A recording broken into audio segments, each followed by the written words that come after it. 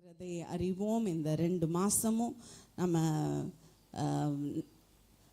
சமாளிக்கிறது இந்த ஊரில் இருந்து பெரிய கஷ்டம் இல்லை. ஆனாலும் வருஷம் வருஷோட கிருபை நம்மை தாங்குகிறது. அது நடுவில் ஓடுறோம், ஒடியாரோம், எல்லா வேலைகளையும் செய்கிறோம். ஆண்டவர் சுகமாய் வைத்தபடினால் தேவனை ஸ்தோத்தரிப்போமா? ஆமேன். இந்த காலை நேரத்திலும் ஒரு பாதையிலே நடந்து வந்துட்டே இருக்கிறோம். அந்த பாதை நன்மையாய் முடியும் என்கிற எதிர்பார்ப்போடு நடந்து வருகிறோம். எல்லா தீமையும் முடிவுக்கு வந்துடும் அப்படின்னு எல்லாம் நம்ம ஊரில் சொல்லுவாங்க, எல்லாம் நல்லதாகவே நடக்கும் அப்படின்னு நம்புவோம் அப்படின்னு சொல்லுவோம். ஆனால் ஒரு தேவ பிள்ளைக்கு வெறும் அது ஒரு ஆறுதலான வார்த்தை இல்லை. நாம் சுமந்து நடக்கிறதே நம்மளோட ஷூஸே என்னன்னா தேவனோட வார்த்தை தான். நம்ம அணிந்து நடக்கிறதே அவருடைய வார்த்தையிலே தான். அந்த வார்த்தை தான் நம்மை நடத்துகிறது, அதுதான் நமக்கு பாதை காட்டுகிறது. இஸ்ரவேல் ஜனங்கள் எகிப்திலே நம்பிக்கை இல்லாமல் இருக்கும்போது தேவன் அவர்களை வாங்க எங்க கூட்டிட்டு போறேன்னு சொன்னாரு, பாலும் தேனும் ஓடுகிற தேசத்துக்கு கூட்டி கொண்டு போகிறேன் என்று சொல்லி தான் கூப்பிட்டாரு. தேவனை நம்புகிற தேவ பிள்ளைகளே, உங்களை வாங்க பாடு அனுபவிக்க, கஷ்டத்துக்கு வாங்க என்று உங்களை தேவன் கூப்பிடல. பாடுகள் வழியாய் நன்மையை காண வாங்க. தேசத்திலே குடியிருந்து நன்மையை புசி, நீ திருப்தியாயிரு. இஸ்ரவேலை ஆசீர்வதிப்பது கர்த்தருக்கு பிரியம் என்று தேவன் ஒரு மனிதனை தெரிந்து கொண்டால் அவனை ஆசீர்வதிப்பது, அவனை உயர்த்துவது, அவனை பெருமைப்படுத்துவது அவருடைய திட்டமாய் இருக்கிறது.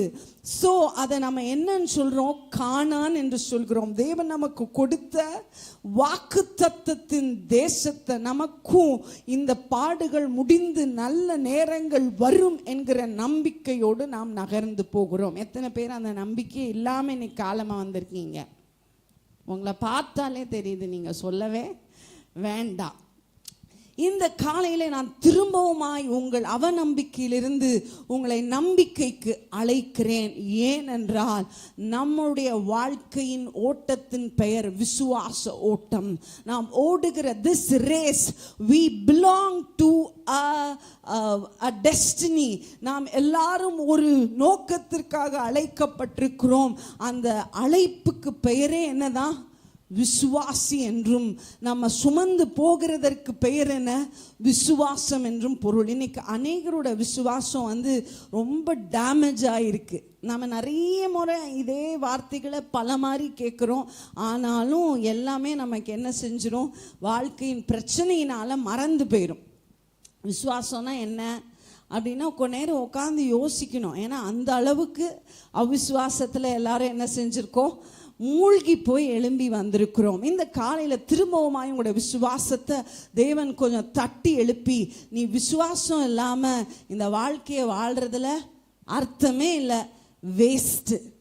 ஏற்கனவே நடந்த சூழ்நிலைமைகளை பார்த்து பார்த்து பார்த்து சோர்ந்து போய் ஒரு புயலில் உங்கள் வீடு உடஞ்சிருந்ததுன்னு வச்சுக்கோங்களேன். காற்று அடித்தோன்னே இப்போ என் வீடு உடைய போகுது அப்படின்னு நீங்கள் நினச்சிங்கன்னா ஒரு நாள் அது நிம்மதியாக கஞ்சி குடிப்பீங்களா? குடிக்க மாட்டீங்க. ஒவ்வொரு காற்றும் என் வீட்டை உடைக்கும் என்று நீங்கள் பயப்படுவீர்கள். ஒவ்வொரு வலியும் ஒரு பெரிய கேன்சர் என்று நீங்கள் நம்ப ஆரம்பிப்பீர்கள். அது உங்களுடைய வாழ்க்கையை தாறுமாறாக்கும். அநேகர் அவ்விசுவாசத்தை வளர்த்து கொண்டிருக்கிறோம். உங்கள் விசுவாசத்திலே நீங்கள் திரும்பவும் எழும்பி நிற்க தேவன் இந்த காலையிலே உங்கள் ஒவ்வொருவரோடும் பேசுவாராக. நன்றாய் கவனியுங்கள். இஸ்ரவேல் ஜனங்கள் கானானுக்கு போறதற்காக தேவன் ஒரு நிபந்தனை வச்சிருந்தார். நீ எப்போ போய் கானானை சேர்வ அப்படின்னு ஆண்டவர் சொன்னார்னு உங்களுக்கு தெரியுமா? கானானை சேரத்துக்கு இத்தனை நாட்கள், 40 years, 40 வருஷம் நீ வனாந்திரத்தில் சுத்தணும்னு சொன்னாரு. ஆனால் 40 வருஷத்தின் முடிவிலே நீ கானானுக்கு போவ அப்படிங்கிறது அவருடைய வார்த்தை இல்லை. அந்த 40 வருஷத்துக்குள்ள ஒரு விஷயம் நடக்கணும். அது நடந்தாதான் நீ கானானுக்குள்ள போக முடியும். என்ன நடக்கணும் தெரியுமா உங்களுக்கு? வாசிக்கலாம் வேகமாய். என்னாகமம் 14ஆம் அதிகாரம் 29ஆம் வசனம். கொஞ்சம் விழிப்பா, ஆண்டவரே நான் திரும்பியும் பழைய சூழ்நிலை மேலே எழும்பி போகக்கூடாது, என்கிட்ட பேசுங்க, அதனால இந்த தூக்கத்தை மாத்திரம் என்ன பண்ணிருங்க, ஜெயிக்க இந்த காலம் எனக்கு பலன் தாங்க, ஜெபம் பண்ணிட்டே உட்காருங்க பார்க்கலாம். என்னாகமம் 14:29 வேகமாய். இந்த வனாந்திரத்தில் உங்கள் பிரேதங்கள் விழும், உங்களில் 20 வயது முதல் அதற்கு மேற்பட்டவர்களாக எண்ணப்பட்டு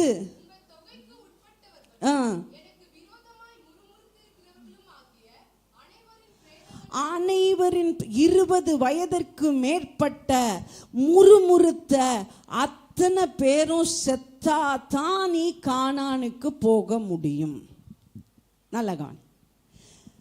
இதற்கு ஷார்ட்டா அண்டர்ஸ்டாண்ட் பண்ற மாதிரி ஒரு அர்த்தம் சொல்றேன்.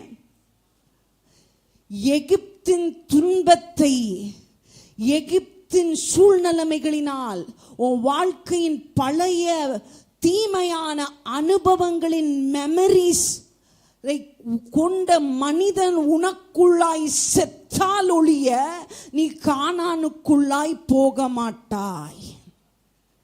If only the man in you, உனக்குள்ளாய் வாழ்ந்து கொண்டிருக்கிற,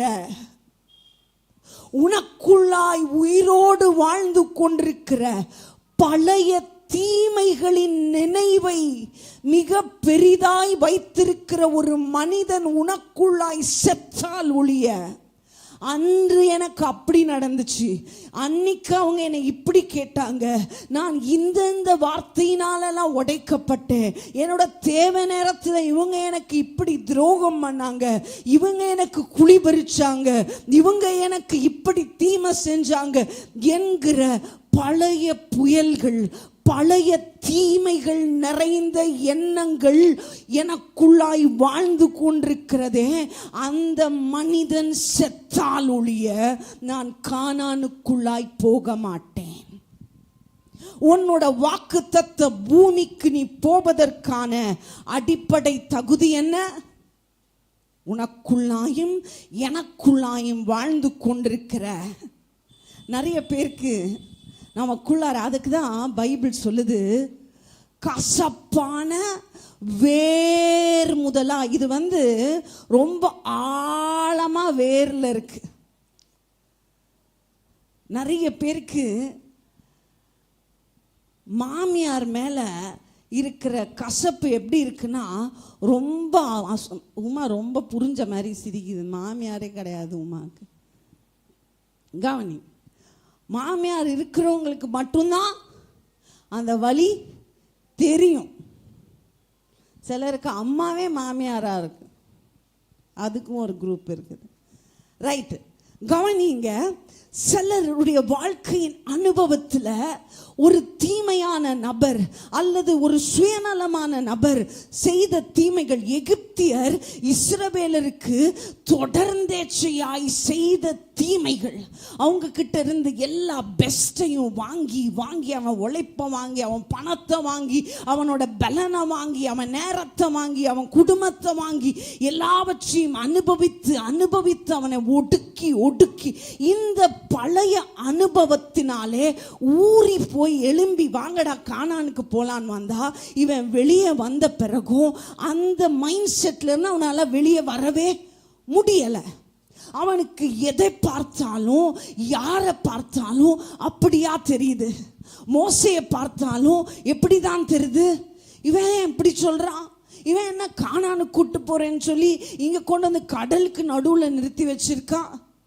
உடனே அவங்க கேட்பாங்க, என்ன எங்களுக்கு அங்க பதைக்க பிரேத குழியில கல்லறை இல்லைன்னு கொண்டு வந்து இந்த கடற்கரையில புதைக்க கூட்டிட்டு வந்தியா? எங்களுக்கு அங்க சாகிறதுக்கு முடியாதுன்னு கொண்டு வந்து வனாந்திரத்துல சாகிறதுக்கு கூட்டிட்டு வந்தியா? அங்க எங்களை கொல்றதுக்கு எகிப்தியருக்கு பலன் இல்லைன்னு இந்த வனாந்திரத்துல கூட்டிட்டு வந்து, இந்த வனாந்திரத்திலே பல யுத்தங்களிலே நாங்க கொல்லப்படணும்னு கூட்டிட்டு வந்தியா? ஒவ்வொரு பார்வையும் எப்படிதான் இருக்கு? அந்த பழைய விஷயத்தோட இன்ஃப்ளூயன்ஸ்ல இருக்கு. பழைய அனுபவத்தின் தாக்கங்கள் எல்லாத்தையுமே எப்படிதான் என்னால பார்க்க முடியுது, யாரையுமே எப்படிதான் பார்க்க முடியுது, பிரச்சனையாகவே பார்க்க முடியுது. ஏன்? அனுபவங்கள், the past experiences, கடந்து வந்த பல தீமையான பாதையின் வலிகள், அந்த அனுபவங்கள் எனக்குள்ளாய் ஒரு வகையான ஒரு மைண்ட் செட்டை உருவாக்கிருச்சு. எல்லாத்தையுமே ஒரு குறையா, ஒரு தப்பா, ஏதோ ஒரு தீமை நடந்துரும் அப்படின்னே பார்க்கறதுனால ஆண்டவர் சொல்றார், இந்த மனிதனெல்லாம் செத்தால் ஒழிய நீ கானானுக்குள்ள போக முடியாது.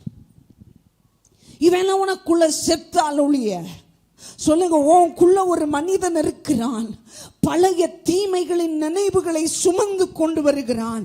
அதற்கு பெயர் வேதம் சொல்லுகிறது, எபிரேயர் 12ஆம் அதிகாரத்தின் 15ஆம் வசனத்திலே வாசிக்கலாம். எபிரேயர் 12:15.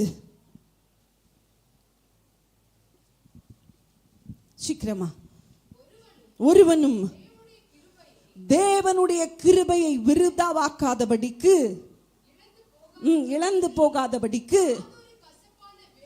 யாதொரு கசப்பான வேர் முளை தெழும்பி கலக்கம் உண்டாக்குறதினால் அநேகர் தீட்டு. நல்ல கவனி, ஒருவனுக்குள்ளாய் கசப்பான வேர் உண்டானால், உனக்குள்ளா நெகட்டிவான பார்வை உண்டானால், உனக்குள்ளார எதிர்மறையான தாக்கங்கள் எப்பொழுதும் அதிகரிக்குமான, இவங்களும் இதனால தான் அப்படி பண்றாங்களோ, அவங்களும் இதனால தான் இப்படி கேட்டாங்களோ, எல்லாத்தையுமே ஒரு ஜட்ஜ்மெண்டலா. இந்த சாவுல போனோன்னு வச்சுக்கோங்களேன், போனோடனே நம்மளை பார்த்தோன்னே நம்ம மேல இருக்க குரோதத்தை எல்லாம் பேசி தீர்த்துருவாங்க. பார்ப்பா, என்னைக்குமே வராதவங்க வந்திருக்காங்க, இப்பயாவது வந்தாங்களே, நீ எந்திரிச்சியா? ஏன்? எல்லாத்தையுமே எப்படிதான் பார்க்க முடியும்? எதிர்மறையா. செத்து சாவை பார்க்க வந்திருக்கியா?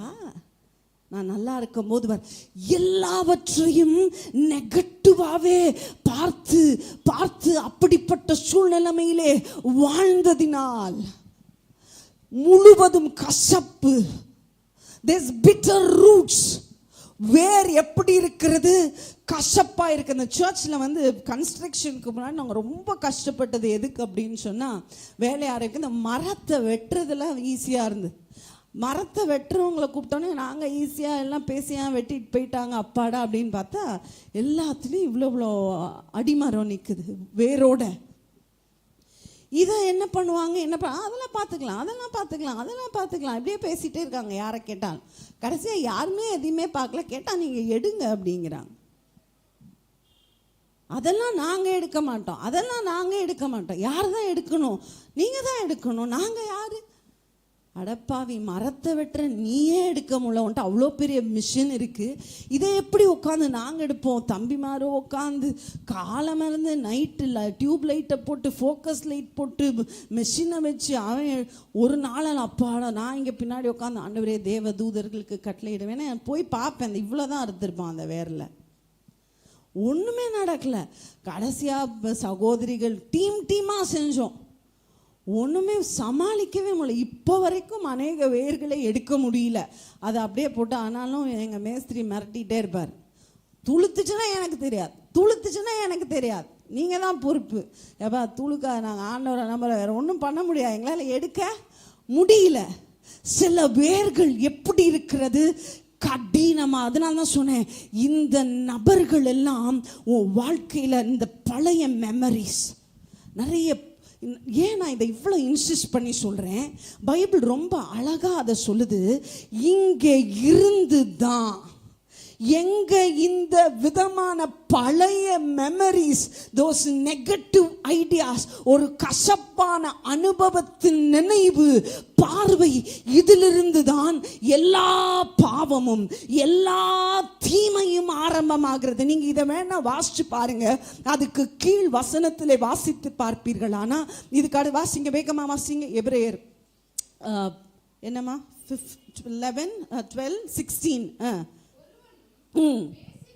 வேசி கள்ளனாவது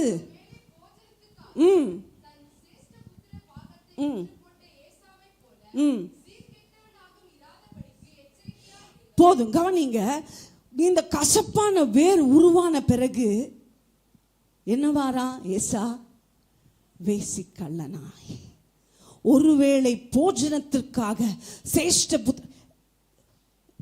வாழ்க்கையின் முடிவுகள் தவறாய் போகிறது. நான் எப்பயுமே சொல்வேன், இந்த யூத் மீட்டிங்ல பிள்ளைங்கிட்ட பேசும்போது, நீ எப்ப தெரியுமா முதல்ல பாவத்தை விரும்ப ஆரம்பிச்ச? எப்போ நீ நேசிக்க வேண்டியவர்கள் மேல காயப்பட்டியோ, எப்போ உன் பெற்றோர் மேல உனக்கு கசப்பு ஆரம்பமானதோ.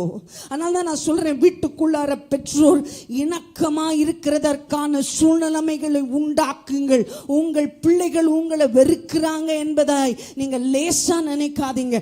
அந்த வெறுப்பை, அந்த கசப்பை, நிறைய நேரத்தில் இந்த அம்மா மாதிரி என்ன பண்ணுவாங்க தெரியுமா? பின்னாடி ஒரு சைடில் ஒரு கமிட்டியே வச்சிருப்பாங்க. அது உங்களுக்கு தெரியாது. உங்கள் அப்பாக்கெலாம் அறிவு இல்லைடா, அவர்கிட்டலாம் போய் கேட்டுறாத, அதனாலே ஒரு கஞ்சம் இது, அம்மா மெல்ல பேசி வாங்கி தரேன், நீயா போய் கேட்டனா வல்லுன்னு இங்கே பின்னாடி ஒரு பெரிய டிஸ்கஷனே நடந்துருக்கும். அவங்க இந்த ஆளுக்குமா அறிவே இல்லையோ, அந்த ஆள் அப்படி தான்டா. இது ஒரு பெரிய மீட்டிங்கே போய்கிட்டு இருக்கும். உனக்கே தெரியாமல் உன் பிள்ளைய ஒரு தவறான விழுகைக்கு என்று கசப்பு முளைக்கிறதோ, அங்கே பாவத்திற்கு நீங்கள் விதிவிலக்கா இருக்க முடியாது. எந்த குடும்பத்துக்குள்ளாய் கசப்பும் விரோதங்களும் எழுகிறதோ, அந்த குடும்பத்திலே உள்ளவர்கள், அந்த குடும்பத்தின் பிள்ளைகள் இச்சைக்கு அடிமையாவார்கள். அந்த குடும்பத்தின் பிள்ளைகள் போதைகளிலே சிக்கிக் கொள்வார்கள். உங்களுக்கு அது புரியணும். வீட்டுக்குள்ளார தாயை தகப்பன் மேல பிசாசு என்ன செய்யறான்? ஒரு தவறான ஐடியாவை கொண்டு வந்து, அம்மாக்கு என்னன்னா பிடிக்காது. இப்படி நிறைய மனைவிகளுக்கு ஏற்கனவே அந்த ஐடியா இருக்கு, என் வீட்டுக்காருக்கு என்ன பிடிக்காது. யாரை தான் பிடிக்கும்? ஓடா தேஞ்சு போய் அந்த ஓரத்தில் உட்காந்துருக்கு, அவங்க அம்மாவை தான் பிடிக்கும், என்னை பிடிக்காது. இந்த ஐடியானால தான் வீட்டுக்குள்ளார என்ன வருது? அதனால சொல்ல, இதுக்கு மேலே நான் என்னதான் பண்ணுறது? இவளை நான் நேசிக்கிறத நீங்கள் என்ன பண்ணாலும் எங்களுக்கு புரியாது. அதுதான் ஃபேக்ட்டு. நான் பாஸ்டர் கொண்டு வந்து என் பர்த்டேக்கு நிறைய காசு கொடுத்தாங்க, நீ என்ன வேணுமோ வாங்கிக்கோ. வாங்கி பர்ஸுக்குள்ளே வச்சுட்டு என்ன சொன்னேன் தெரியுமா? ஒரு பெண்ணாவது வாங்கி கொடுத்தீங்களா எனக்கு? எவ்வளோ கொடுத்தாலும் எனக்கு உன்னோட அன்பை என்ன செய்ய முடியாது, நம்ப முடியாது. I always doubt. எனக்கு ஏதாவது வாங்கி கொடுத்தீங்களா? நீங்கள் என்ன வாங்கி கொடுத்தீங்க? அவங்க பாவம் கொடுத்ததை கூட மறந்துட்டு, எனக்கு என்ன வாங்கினே தெரியாதுடா, அப்படியே மெயின்டைன் பண்ணிக்கணும். கவனிங்க, நம்மளோட ஆட்டிடியூட், நம்மளோட பார்வைக்குள்ளாய் இருக்கிற காயங்கள் இது என்ன செய்கிறது? It distracts. தேவனிடத்திலிருந்து உங்களை வழிவிலக செய்ய இந்த கசப்பான வேர் என்ன செய்கிறது? அந்த வசனத்தில் சொல்லப்பட்டிருக்கு, கலக்கம் உண்டாக்கி. நல்ல கவனிங்க, கலக்கம் உண்டாக்கி. It makes a mess. குழப்பம் உண்டாக்கி அநேகரை என்ன செய்யும்? தீட்டுப்படுத்தும். அப்படின்னா என்ன? உனக்குள்ளார உண்டாகிற ஒரு கசப்பான பார்வை ஒரு வைரல் ஃபீவர் மாதிரி என்ன பண்ணும்? ஸ்ப்ரெட் ஆகும். கொரோனா மாதிரி என்ன பண்ணும்? காற்றிலே பரவும், கலக்கம் உண்டாக்கும். நிறைய பேர் அதே மாதிரி என்ன ஆயிடுவான்? நம்மளை சூழ இருக்கிறவனுக்குள்ள இருக்கிற விசுவாசத்தை கொல்லுவதற்கு நீங்கள் வேற ஒன்றும் செய்ய வேண்டாம்.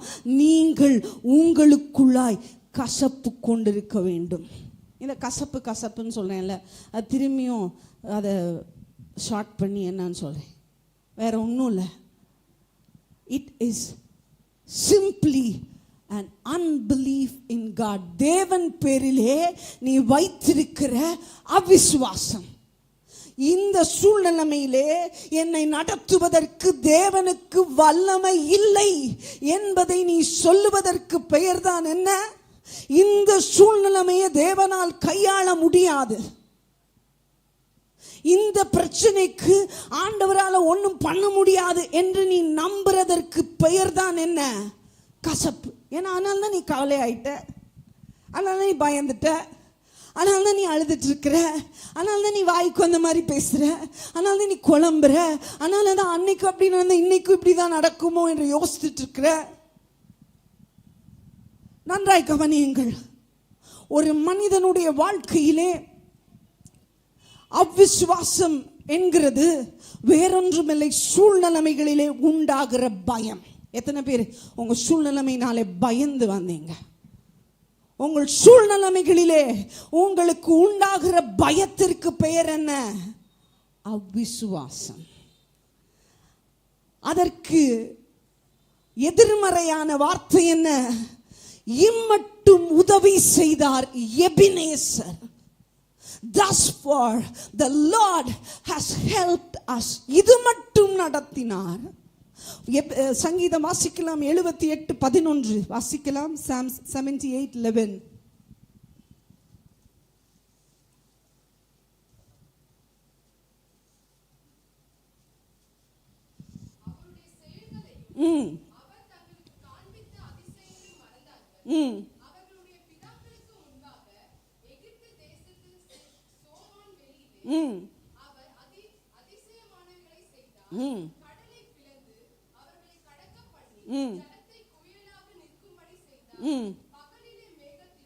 போதும். அப்படியே அவர் செஞ்சதெல்லாம் அங்க லிஸ்ட் பண்ணி என்னன்னு சொல்லியிருக்கு? மறந்தார்கள், மறந்தார்கள். ஆண்டவர் உன்னை நடத்தினதை நீ மறந்ததினால் நீ இன்று பயப்படுகிறாய் இந்த சூழ்நிலைமையை பார்த்து. போன முறை இதே மாதிரி ஒரு சூழ்நிலைமை வந்தப்போ ஆண்டவர் என்ன செய்தார்? சொல்லுங்க, என்ன செய்தார்? உதவி செய்தார். இம்மட்டும் உதவி செய்தார், இனிமேலும் நடத்துவார். அதுதான் ஒரு கிறிஸ்தவனுக்கு இயேசு கிறிஸ்து என்கிற தேவனாகிய கர்த்தர் பேரிலே வைத்திருக்கிற விசுவாசம். எத்தனையோ தீயின் நடுவிலே இதுவரைக்கும் காக்கப்பட்டிருக்கிறேன். இதுவரைக்கும் கையேந்தி போய் ஒருத்தன் நிக்கல. இதுவரைக்கும் வீடு வாசல் இல்லாம, பொருள் இல்லாம, சாப்பாடு இல்லாம என்னை கைவிடல. இதுவரைக்கும் பலவீனங்கள் வந்தது, மரணத்தை பார்க்கல. எத்தனை தீமையிலும் நடத்தினார், இனிமேலும் நடத்துவார். நன்றாய் கவனியுங்கள். அதனாலதான் அந்த பழைய மனிதனுடைய நினைவுகளை கொன்று தேவன் நடத்தின விதங்களை நினைக்கிறது தான் என்ன ஒரு வாழ்க்கையில அர்த்தம் உண்டாக்கும். கிருபையை என்ன செய்திடக்கூடாதான்? இழந்து போகாது. கிருபையை பெருக்கிறதுக்கு என்ன பண்ணணும்? திரும்பி பார்க்கணும், திரும்பி பார்க்கணும். எப்படி நடத்தினார்?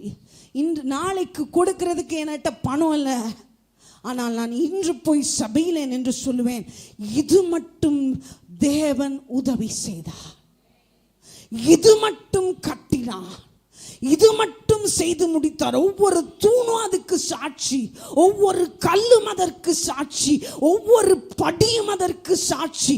இது மட்டும் நடத்தினார். அதுதான் விசுவாசம். அநேகருக்குள்ளாய் பயம் உங்களை ஆளுகை செய்து கொண்டிருக்கிறது. பயத்தினாலே பிடிப்பட்டவர்களா நீங்க இங்க வந்திருக்கீங்க. இப்போ நான் இந்த பயந்தான் என்னன்னு சொன்னேன்? கசப்புன்னு சொன்னேன், கசப்பான வேறுன்னு சொன்னேன். நான் சொன்னேன் ஏற்கனவே இந்த வேரை சாதாரணமாலாம் பிடுங்க முடியல. இந்த வேரை என்னால் சரி, இந்த வேரை எடுங்க, கசப்பான வேர் முதலாய் உங்களில் இல்லாதபடிக்கு அப்படின்னா நான் எவ்வளவு ட்ரை பண்ணாலும் முடியாது. ஒரு தனிப்பட்ட மனிதன் கசப்பில்லாமல் அல்லது பயம் இல்லாமல் அல்லது அவிசுவாசம் இல்லாம வாழணும் அப்படின்னா அதற்கு வாய்ப்பு இல்லை. இப்போ எனக்கு ஒரு கட்டி இருக்கு, அந்த கட்டியை நானே சர்ஜரி பண்ணிக்க முடியுமா? முடியாது. அதுக்கு ஒரு டாக்டர் வேணும். அப்படி இந்த பயத்தை நானே சரி செய்வது கொஞ்சம் கஷ்டம். ஏன்னா பிறந்ததிலிருந்தே வளர்த்துட்டோம், நம்மளை விட பெருசாக வளர்த்துருக்கோம். அதனால இதை நம்மளால ஹேண்டில் பண்றது ரொம்ப எளிதானது இல்லை. அதனால ஆண்டவர் என்ன பண்றாரு, இதை எடுப்பதற்கு நமக்கு உதவி செய்கிறார். இன்னைக்கு அதை மாத்திரம் தான் நான் சொல்லி முடிக்க போறேன், நிறைய பேச போறது இல்லை. நல்லா கவனி. பயத்தை ஆண்டவர் எடுக்கிறதற்கு ஒரு அற்புதமான கருவியை பயன்படுத்துகிறார். டாக்டர் போனோடனே சொல்லுவாங்க, நம்மகிட்ட ஏதாவது ஒரு பிரச்சனை தான், நாங்கள் ஒரு ஒரு ஒரு சர்ஜரி பிளான் பண்ணியிருக்கோம், உங்களுக்காக ஒரு அறுவை சிகிச்சை என்ன பண்ணியிருக்கோம், திட்டமிட்டிருக்கோம். ஆண்டவர் நமக்காக உன்னோட பயத்தை எடுக்கிறதுக்கு ஒரு அறுவை சிகிச்சையை ஆயத்தம் பண்ணி வைத்திருக்கிறார்.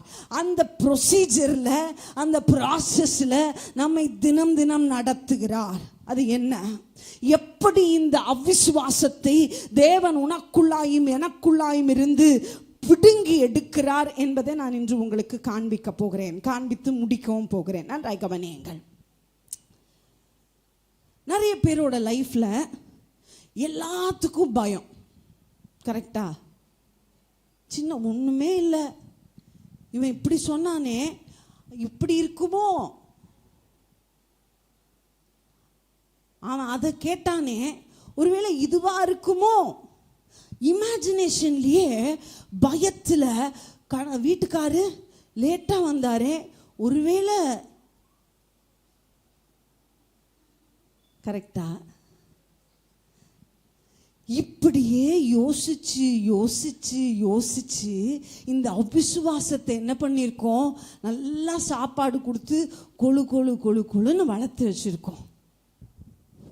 நான் திரும்பி சொல்றேன், இது இருக்க வரைக்கும் ஒரு நன்மைக்குள்ளையும் நீயும் குடும்பமும் கால் வைக்க முடியாது. இது இருக்க வரைக்கும் கலக்கம் உண்டாகி, there will be confusions. நீ மாத்திரம் கெடுறதில்ல, நிறைய பேர் கெட்டு போவான்னு பைபிள் சொல்ல. வருஷக்கணக்கா ஜோமணி பிள்ளை ரசிக்கப்படலையா? காரணம் உனக்குள்ளார இன்னும் அவிசுவாசம் இருக்கிறது. Deal with that. எப்படி? நல்லா கவனிங்க. ஆப்ரேஷனா டாக்டர், எனக்கு ஊசினாலே பயம், எனக்கு ஆப்ரேஷனே வேண்டாம் அப்படின்னு திரும்பி வந்துட்டேன். அப்புறம் வயிறு வலி தாங்க முடியாம தூக்கி தூக்கி போடுது, ஸ்ட்ரெச்சர்ல தூக்கி போட்டு வேகமா போறாங்க. போனோடனே சொல்றாங்க, 1/2 மணி நேரத்தில் ஆப்ரேஷன் பண்ணலன்னா உயிர் போயிடும். டாக்டர், எனக்கு ஊசினாலே பயம் அப்படின்னு அப்ப சொல்லுவீங்களா? என்னை எப்படியாவது காப்பாத்துங்க டாக்டர். நிறைய பேருக்கு சின்ன சின்ன பயத்தினால உன் அவிசுவாசத்தை வளர்த்து வளர்த்து வந்தல, ஆண்டவர் இந்த சின்ன பயத்தை எடுக்கிறதுக்கு இப்போ என்ன பண்ணுறாரு, பெரிய பயத்தை கொண்டு வருவார். பெரிய, நீ யோசிக்கவே மாட்ட. ஆண்டவர் பெரிய பயங்களை கொண்டு வந்து சின்ன பயங்களை உள்ள இருக்கிற வேரை பிடுங்குவதற்கு ஆண்டவர் உண்மையாகவே பிரச்சனைகளை கொண்டு வருகிறார். அநேகருடைய வாழ்க்கையில எவ்வளவு பிரச்சனை வந்தாலும் நீ சமாளிச்சுக்கிற, எவ்வளவு வந்தாலும் நீ பிளான் போடுற, நீ ஆளை பிடிக்கிற, நீ போனை அடிக்கிற, நீ என்னென்னமோ திட்டம் போடுற. ஆண்டவர் இந்த காலையிலே சபையை பார்த்து தீர்க்க தரிசனமாய் ஒரு காரியத்தை சொல்லுகிறார். நீ என்ன பிளான் போட முடியாத, நீ எந்த திட்டமிட முடியாத, எந்த உதவியும் மற்ற ஒரு பயம் நிறைந்த சூழ்நிலைமையை கொண்டு வந்து உன்னுடைய எல்லா பயத்தையும் தேவன் எடுக்க போகிறார். இது தேவையா? இது தேவையா நமக்கு? உன் வாழ்க்கையில உண்டாகிற பயங்களிலே நீ தேவனை விசுவாசிக்க உன்னை ஆயத்தப்படுத்து. இல்லைன்னா திஸ் இஸ் த எண்ட். நீ சும்மா எல்லாத்துக்கும் கவலைப்பட்டு நான் நல்லா தான் இருக்குன்னு நினைக்கிறேன், என்னை கோபப்படுத்துனாங்க, நான் இப்போ தைரியமா இல்லை. நான் சொல்ற ரியல் ஃபியர்ஸ் ஆர் அவைட்டிங். உண்மையான பயம் உன் வாழ்க்கைக்கு காத்திருக்கிறது. ஆபரேஷனுக்கு கத்திக்கு பயந்தவனுக்கு மரண பயம்தான் அந்த கத்தி பயத்தை எடுக்கும் அப்படின்னு ஆண்டவர் மரண பயத்தை கொண்டு வருவார். அதனால தான் நான் சொல்றேன், தேவையில்லாத பயங்களுக்கு சாகிறதற்கு ஆயத்தமாங்க. சும்மா ஒண்ணுமே இல்லாததுக்கு கவலைப்பட்டு எங்க வீட்டுக்காரர் 2 நாளா ஒரு மாதிரி மூஞ்ச திருப்பிக்கிட்டு போறாரு. இதுக்கெல்லாம் ஒரு கவலைப்பட்ட என்ன பண்ணுறது? அவர் திருப்பிக்கிட்டு போனால் நீ நல்லா சிரித்து பேசு, அவ்வளோ தாழ்மை இல்லை. நம்மளா அசியூம் பண்ணி நம்மளா கற்பனை பண்ணி குடும்பத்தை வாழ்க்கையை சீரழித்து கொண்டிருக்கிறோம். நம்மள அங்கே போய் இங்கேயே உருப்படியா இல்லை, கண்ணுக்கு முன்னாடியே ஒழுங்கா இல்லை, கண்ணுக்கு மறைவா என்ன பண்ணுதோ அப்படின்னா போச்சு. விசுவாசத்தை இது மட்டும் நடத்தினார், இதுவரைக்கும் காத்தார், இதுவரைக்கும் உதவி செய்தார், இனிமேலும் உதவி செய்வார். அதுதான் விசுவாசம். இதற்கு நீ ஆயத்தமா இல்லைன்னா தேவன் உன் வாழ்க்கையிலே பெரிய பயங்களை கொண்டு வருகிறார். There will come more fear. ஆபிரகாமை தேவன் பார்த்து விசுவாசிகளின் தகப்பன் என்று எப்ப கூப்பிட்டாரு? ஊர் என்கிற ஊரை விட்டு வெளியே வந்த போது நீ விசுவாசிகளின் தகப்பன் சொல்லல. அது பெரிய ஒரு ஆக்ட் ஆஃப் ஃபெய்த். சொந்த ஊரை, ஜனத்தை, இனத்தை, வீட்டை, சொத்தை எல்லாத்தையும் விட்டு காணாத ஒரு தேசம் இருக்குன்னு சொன்னதுனால அதை நம்பி போனது சாதாரண செய்கை இல்லை. ஆனால் அப்பொழுது தேவன் ஆபிரகாமை நீ விசுவாசிகளுக்கு தகப்பன் என்று சொல்லவில்லை. 25 ஆண்டுகள் பிள்ளை தருவேன் என்று சொல்லியும் தராமல் காத்திருந்ததினாலே நீ விசுவாசிகளின் தகப்பன் என்று சொல்லவில்லை. 100 வயதிலே சரீரம் பலனடைந்து பிள்ளை பெற்று எடுத்துட்டதுனால பாரு, 100 வயசுல உன் விசுவாசத்தை நீ வர்த்திக்க பண்ணி ஒரு பிள்ளைய பத்தியே நீ விசுவாசிகளுக்கு தகப்பன் என்று சொல்லவில்லை. எப்பொழுது சொன்னார் தெரியுமா? உன் ஒரே பேரான குமாரனை நீ பலியாக எனக்கு கொடு என்று சொன்ன போது தனக்குள்ளாய் இருந்த பயத்தை, தன் மகனை இழப்பேன் என்கிற பயத்தை எப்பொழுது ஆபிரகாம் கொன்றானோ அப்பொழுது நீ விசுவாசிகளுக்கு தகப்பன் என்று ரொம்ப ஹெக்டிக்கான பயப்படாம இருக்கவே முடியாது. இந்த சூழ்நிலைமையில என்கிற ஒரு சூழ்நிலைமையிலே நீ பயத்தை கொல்லுவதற்கு ஆயத்தமானால் தேவன் உன்னை விசுவாசிகளின் தகப்பன் என்கிறார்.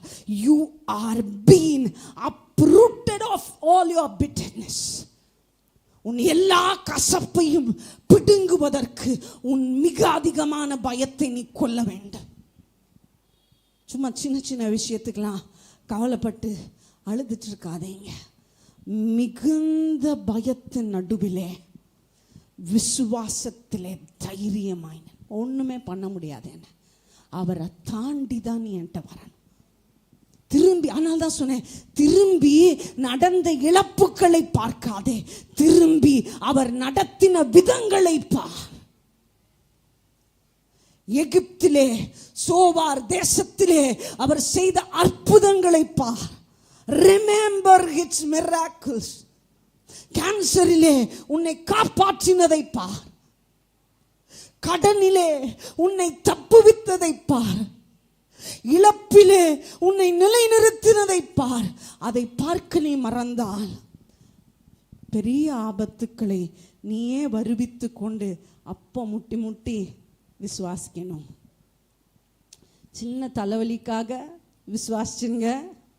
எப்போ பார்த்தாலும் தலைவலி, ஏன்னா தாங்கவே முடியல, ஐயோ என்னால் முடியவே இல்லை, யாருக்குமே இந்த வீட்டில் புரியல, அதனால் எந்த நேரமும் நான் டிப்ரெஷனில் இருக்கேன், அதனால் எனக்கு என்ன யாரை பார்த்தாலும் கோருது, இவங்க யாருமே என்ன புரிஞ்சுக்கல, எல்லாமே. நீ ஒரு தலைவலிக்கு இவ்வளோ பெரிய ரியாக்ஷன் விட்டனா, ஆண்டவர் அந்த தலைவலியிலேருந்து உன்னை ப்ரமோட் பண்ணி கொண்டு போய் சொல்ல விரும்பலை, வேற என்னதுலையா விட்டு அப்போ அவருடைய தழும்புகளால் நான் சுகமானேன், அவர் தம்முடைய வார்த்தையை அனுப்பி என்னை குணமாக்கினார். இப்படி தேவையில்லாமல் எப்பயும் அன்றைக்கி அப்படி தான் நானும் ஜாஸ்தியும் மணிசுந்தரத்தில் போய் நின்றுட்டு வாசல்னு ஒரே வசனம் தான். ஒரு பிரதர் விழுந்துட்டார், கூட்டு போய் நின்று ஒரே. அப்போ கொஞ்ச நாளைக்கு முன்னாடி இதே மாதிரி ஒரு சூழ்நிலைமை நடந்துச்சே. ஆமாம், திரும்பி அதே தப்பை பண்ணி அதே இடத்துல இங்கே வந்து நின்று இந்த வசனத்தை சொல்கிறதுக்கு நீ வீட்டில் சின்ன விஷயத்துலலாம் விசுவாசிச்சனா, பிரச்சனை வந்த பிறகு வார்த்தையை சொல்லி அப்படியே வேண்டாம். பிரச்சனை வருவதற்கு முன்பதாகவே உன்னுடைய அனுதின பயங்களிலே விசுவாசிக்க பலன் கொள். தேவன் உன்னுடைய எல்லா பயத்தையும் கொல்லுவதற்கு உனக்கு பலன் தந்தால் உன் கானான் உனக்கு முன்பாக திறந்திருக்கிறது. God bless you.